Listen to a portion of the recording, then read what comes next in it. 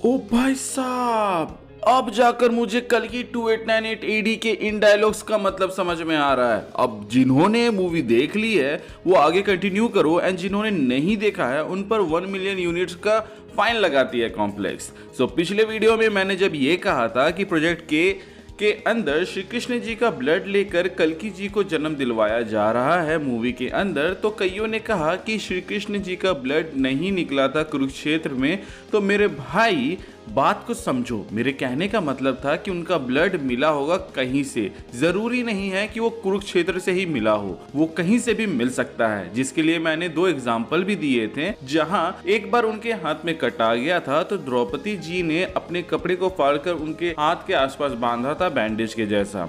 वहीं दूसरी बार जब उनका देह त्यागने का समय आया था तब उनके पैर में तीर लगी थी, तो वहां से भी कृष्ण जी का ब्लड मिल सकता है। अब मुझे अगर कुरुक्षेत्र पर ही फोकस करना होता तो मैं आपको वो वाली कहानी सुनाता जिसमें ये कहा जाता है कि कर्ण के कुछ बाण कृष्ण जी को जा लगे थे एंड उनका खून भी बहा था, जिसके बाद रथ पर मौजूद झंडा जिसमें हनुमान जी थे वो वहां से निकलकर हमला करने वाले थे, जिस पर श्री कृष्ण जी ने उनको रोक लिया था एंड कहा था कि ये उनकी लड़ाई नहीं है और उन्हें शांत कर दिया था। इसके अलावा हमारे कुछ सब्सक्राइबर्स ने एक बहुत ही अच्छी डिटेल पॉइंट आउट किया एंड वो ये है कि श्री जगन्नाथ मंदिर जो कि पूरी उड़ीसा में है, वहां श्री कृष्ण जी का दिल है, तो वहां से भी यास्किन को ब्लड मिल सकता है। एंड जैसे ही मैंने श्री जगन्नाथ का नाम सुना तो मुझे यास्किन के आखिरी डायलॉग की याद आ गया जिसमें वो कहते हैं, जगन्नाथ के रथ का चक्र ऐसा घूम कर आएगा, अपने हर फेरे में वो बस प्रलय ही साथ लाएगा, तरतराती धरती माँ की कोख से अब जन्मेगा, एक युग का अंत होगा, एक नया युग आएगा। अब ऐसी बात का कई मीनिंग निकाला जा सकता है, बट मुझे जो समझ में आया मैं वो आपको बता देता हूं। अगर आप पहले की लाइन सुनो तो उसमें भगवान जगन्नाथ जी का जिक्र है जो कि विष्णु जी के अवतार है, एंड यहाँ पर रथ का चक्र से मतलब मेरे ख्याल से समय से होगा, जो कि सोलर इक्लिप्स की बात कर रहा होगा, जो कि 6000 साल में एक बार आता है, जिस समय कल्कि भगवान जी का जन्म होगा। एंड इसीलिए यास्किन उनको उस दिन से पहले मारना चाहता है एंड इसीलिए वो अब खुद आ रहा है सुमति के पीछे, क्योंकि ये ग्रह दशा बहुत ही ज्यादा मायने रखता है। एज अगर वो सही समय में जन्म लिए तो वो कली एंड यास्किन जैसे लोगों के लिए प्रलय को लेकर आएंगे, क्योंकि कल्कि जी के बारे में ऐसा कहा जाता है कि वो बाकी अवतार के जैसे ज्ञान नहीं देंगे बल्कि सबका विनाश कर देंगे। वहीं अगर इसका दूसरा मीनिंग निकाले तो ऐसा हो सकता है कि यास्किन कली के जन्म की बात कर रहा था, जिसके जन्म का या फिर कहें बॉडी का इंतजाम यहाँ पर यास्किन इतने सालों से कर रहा है। एज उसके आगे की लाइन सुने तो वो कहता है कि तरतराती धरती माँ की कोख से अब जन्मेगा।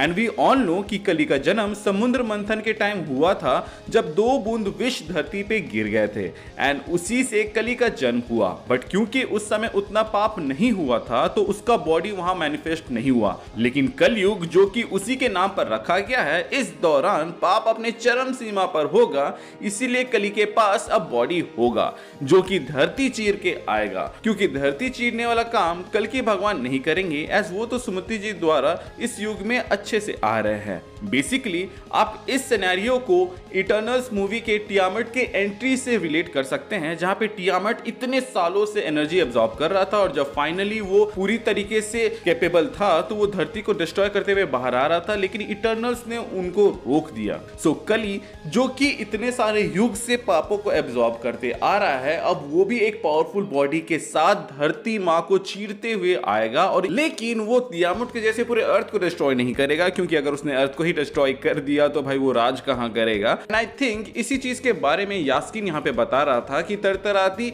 धरती माँ की कोख से अब जन्मेगा, एक नया युग का अंत होगा, एक नया युग आएगा। अब इसके आगे का लाइन सुने तो यास्किन कहता है एक युग का अंत होगा, एक नया युग आएगा, तो बेसिकली वो यहां पर ये कहना चाह रहा होगा कि अगर वो कल्कि भगवान को जन्म लेने से रोक दे या फिर मार दे तो अगले 6000 साल तक भगवान आने से रहें, तो जो अगला युग होगा उसका राज यास्किन या फिर कली के पास के पास होगा। एंड अब आप लोग बोल सकते हो कि इतना जल्दी भी कल्कि जी जन्म नहीं ले सकते, तो बॉस आपको याद दिला दूं कि जब वो कॉम्प्लेक्स में थी तो वहां पे हमें ये बताया गया था कि ये बेबी हो सकता है कि पहले जन्म ले ले, क्योंकि वो बहुत ही रैपिडली ग्रो कर रहा था, विच इंप्लाइज कि जब सोलर एक्लिप्स के टाइम पे ही जब सारे प्लैनेट्स एक लाइन में हो तभी उनका जन्म हो। इनफैक्ट अगर आप कल्कि सिनेमैटिक यूनिवर्स का लोगो देखो तो वो भी एक एक्लिप्स को ही दिखा रहा है। एंड क्योंकि अब यास्कीन के पास गांधीव है प्लस दिव्य शक्ति है जो कि कल्कि भगवान के अंश से मिला है,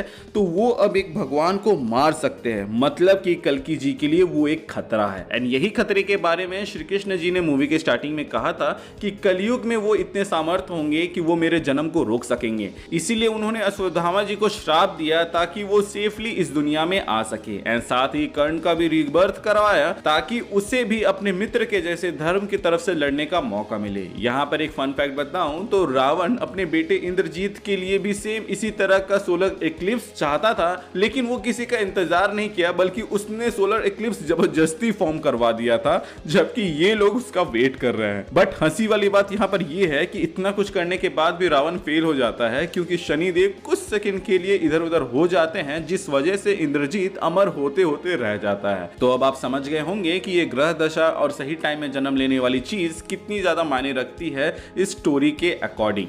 अब अश्वत्थामा जी का जिक्र हुआ है तो बॉस सोचा आपको बता दूं कि जिस तरह उनके माथे पर मणि है उसी तरह कल्कि भगवान के पास भी मणि होगा, जिसको सामंथक मणि बोलते हैं। एंड ऐसा कई लोगों का मानना है कि यही सामंथक मणि को ही दिल रूप में ढाला गया एंड यही दिल जगन्नाथ मंदिर में मौजूद है। वहीं कईयों का ऐसा मानना है कि सामंथक मणि और श्री कृष्ण जी का दिल दोनों अलग अलग है। एंड उनके हिसाब से जिस बहेलिया ने श्री कृष्ण जी को मारा था उनके पास ही सामंथक मणि है। एज जब उन्होंने कृष्ण भगवान को मारा तो बहेलिया अफसोस करने लगा एंड उसी वक्त सामंथक मणि से रोशनी निकली जिससे विष्णु जी प्रकट हुए। एंड उन्होंने समझाया कि तुमने जो किया वो तुम्हारा दोष नहीं बल्कि हिसाब बराबर करना था। पिछले जन्म में जब मैं राम था तो मैंने तुम्हें पीछे से चोरी छुपे मारा था जब तुम अपने भाई सुग्रीव से लड़ रहे थे। वहीं आज जब मैं यहाँ पे आराम कर रहा था तब तुमने मुझे पीछे से मारा जब मुझे इसके बारे में पता नहीं था। इसके बाद विष्णु जी ने मणि की जिम्मेदारी बहेलिया को दिया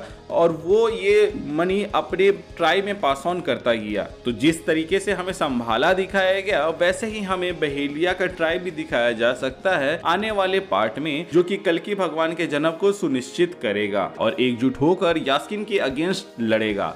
अब अगर ये ट्राइब नहीं भी दिखाया जाता है तो वो भी कोई दिक्कत नहीं है, क्योंकि हो सकता है कि वो मणि हमें उस मंदिर में दिखा दिया जाए जिसके नीचे कई सारे द्वार है एंड उसी द्वार के पीछे अस्त्र शस्त्र रखे गए हैं कल्कि भगवान के, जिनसे वो कली का विनाश करेंगे। सो गाइज आज के लिए बस इतना ही। आपके मन में कोई सवाल जवाब हो तो आप हमें कमेंट सेक्शन के जरिए बता सकते हैं। अगर हमें इंटरेस्टिंग लगा तो हम उसके ऊपर अपने अगले वीडियो में बात करेंगे। तब तक के लिए tata bye bye good night. मिलते हैं अगले वीडियो में कल के लिए। एंड चैनल को सब्सक्राइब करना मत भूलिएगा ऐसे ही वीडियोस देखते रहने के लिए। Thank you for watching this video. Stay tuned.